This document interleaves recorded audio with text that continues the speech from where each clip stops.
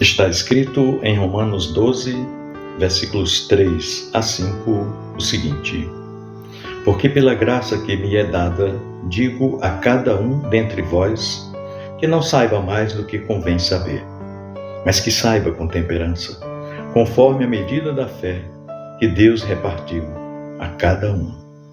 Porque assim como em um corpo temos muitos membros, e nem todos os membros têm a mesma operação, assim também nós, que somos muitos, somos um só corpo em Cristo, mas individualmente somos membros uns dos outros. Meu irmão, minha irmã, há palavras na Bíblia que nos confrontam sem levantar a voz. E esse texto de Romanos 12, 3 a 5 é assim. Paulo não grita, não ameaça, não impõe, mas adverte com graça. E talvez esse seja o confronto mais difícil de ouvir nos dias atuais.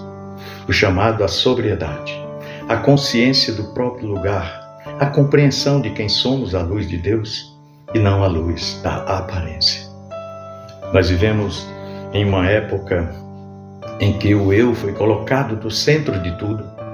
O mundo nos ensina o tempo todo a pensar mais alto sobre nós mesmos, a nos promover, a nos destacar, a nos vender, a construir uma imagem melhor do que a realidade, a medir valor por visibilidade, por influência, por seguidores, por aplausos. E sem perceber, essa lógica entra também no coração da fé. Paulo escreve à igreja e diz: não pense de si mesmo além do que convém. Ele não está pedindo que ninguém se diminua, mas que ninguém se exalte. Ele não está defendendo a inferioridade, mas combatendo a soberba disfarçada de autoconfiança. E há uma diferença enorme entre reconhecer o valor que Deus nos deu e inflar o ego para compensar vazios existenciais interiores. Pensar com moderação significa pensar com lucidez espiritual. Significa olhar para si mesmo, sem máscaras, sem exageros, sem fantasias. Significa entender que tudo que nós somos e temos vem da graça. E graça, por definição, não combina com arrogância. Paulo deixa isso muito claro. Essa percepção não nasce do esforço humano, mas da medida da fé que Deus repartiu a cada um de nós. Ou seja, ninguém recebeu tudo.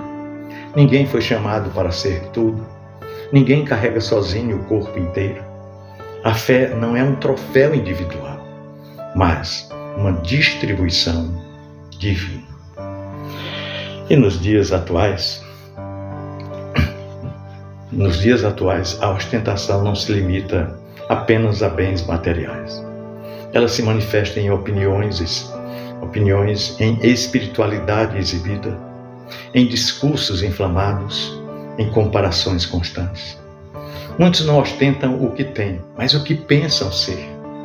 Criam uma imagem de força, de sucesso, de maturidade espiritual, enquanto por dentro estão cansados, sobrecarregados, vazios e inseguros.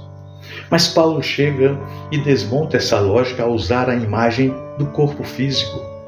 Um corpo saudável não é aquele em que um membro só tenta ser mais importante que os outros. Corpo saudável é aquele em que cada parte do corpo funciona bem no seu devido lugar. Quando um membro tenta assumir a função de outro, o resultado não é destaque, mas desordem, desorganização. E Paulo diz: assim como em um corpo temos muitos membros e nem todos têm a mesma função. Exatamente aqui está uma verdade muito libertadora. Ou seja, nós não precisamos ter a função do outro para ter valor. O problema da comparação é que ela nos rouba a alegria do chamado. Quando comparamos, deixamos de agradecer. Quando competimos, deixamos de servir. E nesses dias tão agitados em que nós vivemos, essa palavra soa quase contra a corrente. Sim, o mundo diz: seja visto, A palavra de Deus diz, seja fiel. O mundo diz, seja maior. A palavra de Deus nos diz, seja consciente. O mundo diz, destaque-se. E a palavra de Deus nos diz, encaixe-se no corpo. E isso não diminui ninguém. Pelo contrário, organiza. Olha, quando o apóstolo Paulo afirma que nós somos um só corpo em Cristo, na verdade ele está dizendo que a nossa identidade maior não está no desempenho individual de nossa parte, mas na conexão espiritual. Nós não somos peças soltas tentando provar valor. Nós somos membros ligados uns aos outros.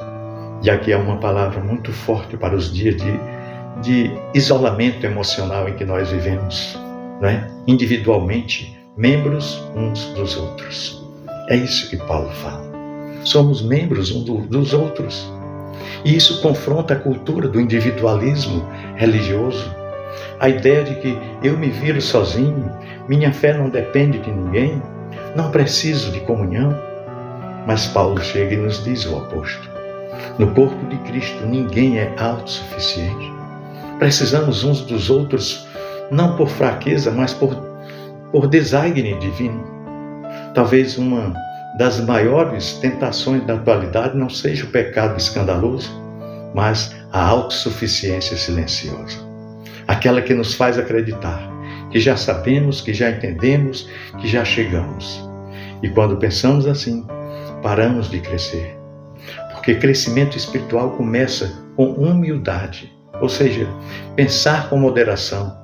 É pensar pouco de si, é pensar corretamente, é saber quem você é em Deus, sem inflar e sem diminuir. É reconhecer os seus dons sem desprezar os dons do outro.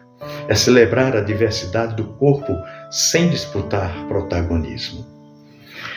Permita-me citar aqui uma ilustração bem simples, mas muito didática, que contextualiza bem isso que nós estamos aqui falando. Imagine só uma orquestra. Há instrumentos de destaque, como o violino solo, mas há também instrumentos que quase não aparecem aos olhos, como o contrabaixo, e outros. Se todos tentarem tocar mais alto para serem percebidos, o resultado será apenas ruído, não música. Mas quando cada instrumento aceita o seu papel, sua entrada, o seu tempo, a sua intensidade, o que surge é a harmonia. O valor de um instrumento, ele não está no volume, mas na fidelidade à partitura.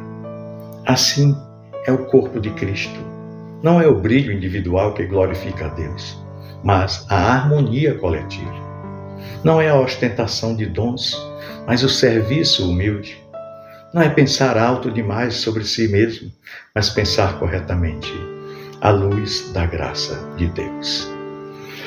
Olha, meu querido irmão, minha amada irmã, o apóstolo Paulo começa este texto falando de graça e termina falando de corpo.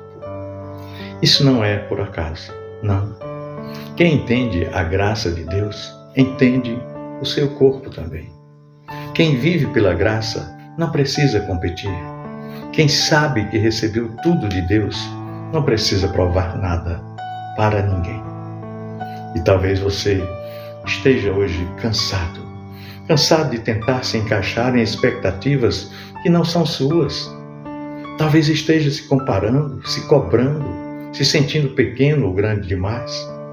Pois bem, Romanos 12, 3 a 5, nos chama de volta ao centro.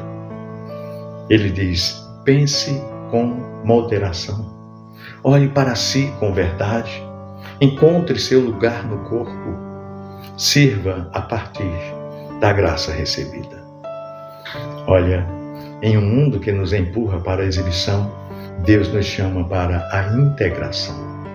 Em um tempo que valoriza a aparência, Deus valoriza a função. Em uma cultura que exalta o eu, Deus constrói o nós. E quando cada um ocupa o seu lugar, o corpo cresce de forma saudável. A fé amadurece e o coração encontra descanso e paz. Porque não há peso maior do que tentar ser aquilo que nunca fomos chamados para ser. E não há liberdade maior do que viver plenamente aquilo que nos confiou. Esse é o caminho da graça. Esse é o caminho da maturidade espiritual. Esse é o caminho de quem entendeu que em Cristo ninguém é tudo, mas todos são necessários. Pensemos nisso. No amor de Cristo. Amém.